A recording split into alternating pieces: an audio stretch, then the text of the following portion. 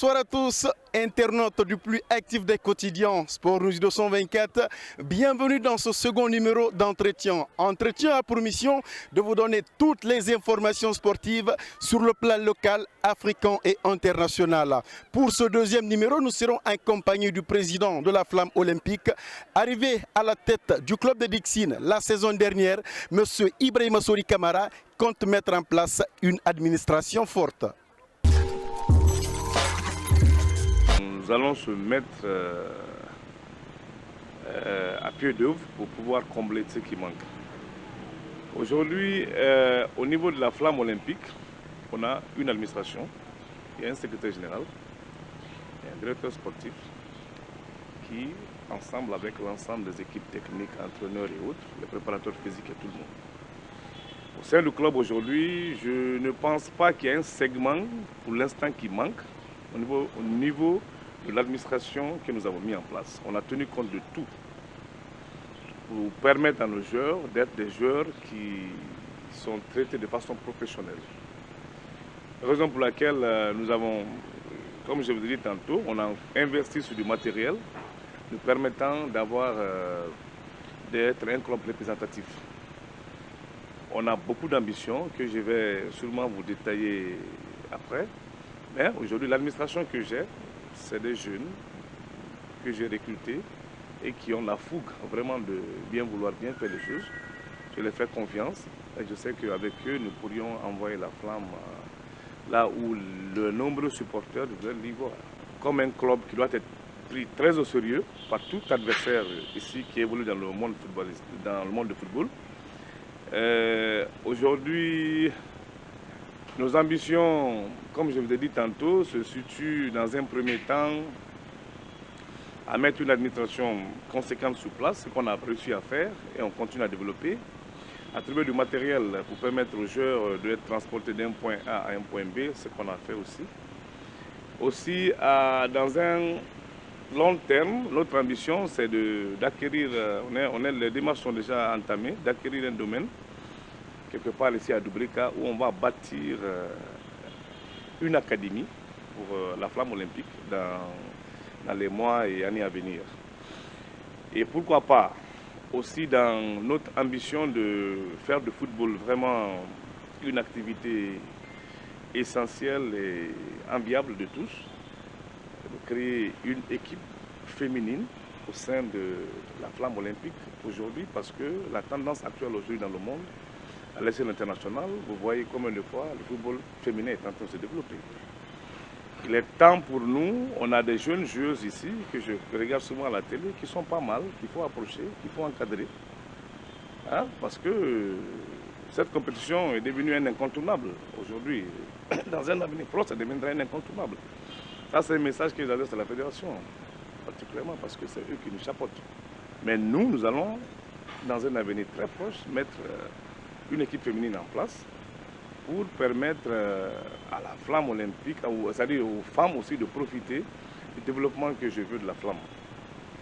Et je mettrai tous les moyens qu'il faut en fonction de nos moyens pour atteindre l'objectif que je vous ai déroulé tantôt. Le centre sportif de Rorira, dans Dubrika, du président du AFIA FC, M. Kerfala Kamara KPC, est une référence. Mettre en place une boutique pour permettre aux fonds de la Flamme olympique d'acheter des maillots, une salle de gym, mais aussi il y a des partenaires qui sont prêts à accompagner la Flamme olympique. Et j'avoue, le centre de Rorira que j'ai visité chez le président du KPC n'envie en rien un autre centre sportif d'un pays aussi avancé. Parce qu'il a tenu compte de toutes les commodités qu'il faut. Donc, ce sont des choses qui sont chez nous auxquelles on peut déjà s'inspirer. OK? Pour essayer de faire, peut-être changer autre chose, en tout cas essayer de mieux faire. Parce qu'on ne réinvente pas la roue, mon frère. Donc moi, je suis un entrepreneur qui se dit souvent de copier-coller, mieux adapter, améliorer, je vais plus vite. que essayer de m'asseoir et imaginer et créer. Hein? Moi, j'améliore. Et vous avez constaté, dans un an, le peu qu'on a fait n'est pas négligeable. On aura des boutiques. Parce que les supporters qui aiment la flamme olympique, ils doivent... on doit les pousser, on doit donner une autre image de la flamme. Comme je voyage tout le temps, comme le PSG à la boutique et tout. La boutique flamme, ce sera obligatoire de le mettre en place bientôt. Et c'est certainement cette année. Je mettrai une boutique flamme olympique. Ok? Mais c'est une autre boutique qu'on va faire qui a une autre image aussi. Hein? Je dis que j'aime améliorer. Ce que j'ai vu comme boutique, je ne critique pas. Mais moi, j'ai amélioré. Ok? Mais il faut... comme vous avez constaté, on a fait des recrutements tout dernièrement. C'est pour dire que nous voulons vraiment bâtir un club autour des valeurs et des joueurs talentueux, des joueurs vraiment qui ont le cœur de mouiller le maillot et qui ont l'esprit de gain. Donc, les sponsors aussi sont en train de se mobiliser. Déjà, on a notre partenaire Matière France qui va être le prochain sponsor officiel de Flamme Olympique et qui est leader français en termes de construction des ponts.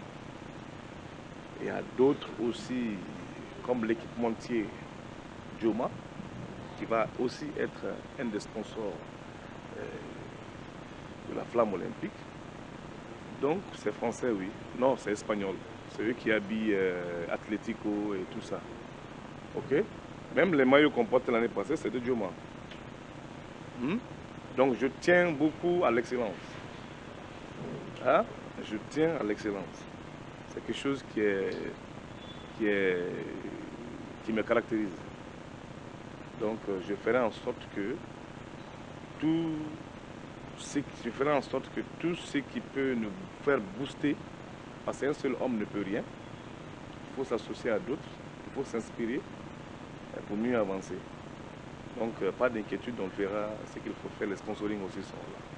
Disons, s'il n'y a pas, c'est l'exemple le temps qu'on nous donne. Il y a des moments où s'il n'y a pas là où on vous reçoit, il n'y a pas le temps nécessaire, tu es obligé de ne pas faire ce que tu dois faire. Cette année, on a prévu, déjà je ne dévoile pas ça, mais vous verrez quelque part dans la ville où c'est écrit Flamme Olympique dans un grand centre de gym. Où nous aurons du temps pour pouvoir faire travailler le physique de nos joueurs. Et aussi, cette année, on aura encore plus de temps d'entraînement. Ça, c'est prévu, plus de temps d'entraînement parce qu'on travaillera sur 2 terrains. Pour permettre aux joueurs d'être vraiment compétitifs sur le terrain. Et aussi, une résidence, c'est déjà trouvé, mais on est en train de finaliser les choses pour que les joueurs puissent être ensemble au même endroit. Une manière de créer une franche camaraderie entre eux pour permettre à ce que nous puissions inculquer nos valeurs à ces jeunes. Parce que ces jeunes-là viennent des milieux. Chacun vient d'un petit milieu dans lequel il est ambassadeur. Donc nous allons nous inculquer le leadership pour les permettre aussi de transmettre des bonnes choses à ces jeunes. C'est pourquoi on va travailler cette année sur le savoir-faire que je dis là tout à l'heure, les techniques de football et tout ça travailler, et le savoir-être. Parce qu'il faut travailler leur façon de communication devant les médias et tout. C'est des jeunes joueurs, la plupart, d'autres sont instruits, d'autres ne le sont pas, mais ils ont du talent. Il faut les aider, il faut les valoriser. Parce qu'aujourd'hui, il est indéniable que quand on a un joueur à l'international, qui ne puisse même prononcer 1 à 2 mots, c'est difficile dans ce monde d'aujourd'hui. Tu prends le NBA par exemple, basket américain, il faut finir l'université avant de rentrer dans ces histoires-là. Donc c'est obligatoire. Donc nous allons travailler sur le savoir-faire et le savoir-être aussi. Hein, pour permettre à nos joueurs vraiment d'être des joueurs représentatifs. Le club de Dixine a frôlé la relégation la saison dernière. Cette saison, l'objectif principal du président, M. Ibrahima Sory Kamara, est de permettre à la Flamme de terminer dans le top 5 du championnat guinéen. L'année passée, vous avez constaté que oui, C'est une équipe qui peut-être était presque prédestinée à la relégation. Donc, l'ensemble de ces éléments-là nous ont dit qu'il faut venir renforcer l'existant.